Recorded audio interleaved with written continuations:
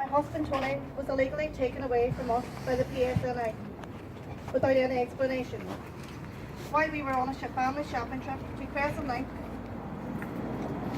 retail park in our home city. I believe it's important to remind people of the events of the day he was taken from his family. The family car containing our 3 children, Tony and myself, was all of a sudden surrounded by police cars and armed officers, terrified us all. Tony was seized and then detained without a trial, following a decision taken by the British Secretary of State. There was no thought or concern of the impact of the nature and the frightening impact of his arrest on our 3 children, one of whom is physically and mentally disabled and also suffers from epilepsy.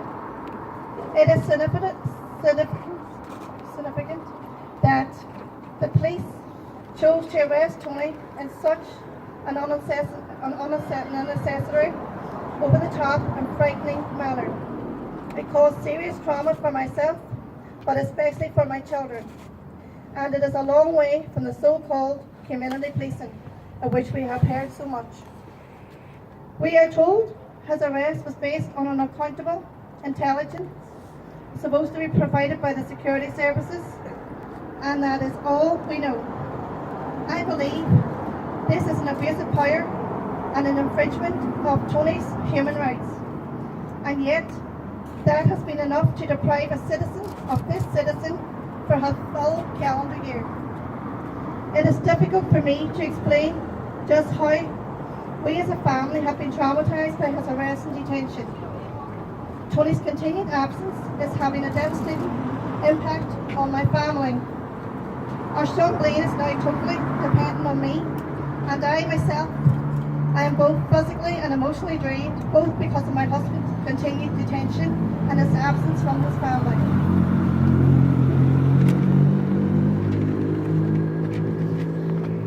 I believe his arrest is linked to his political beliefs and his work on behalf of Republican prisoners, but I do not accept there is any further reason for his detention.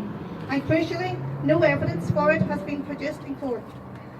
Over the past year, my family have been kept under constant surveillance by the police.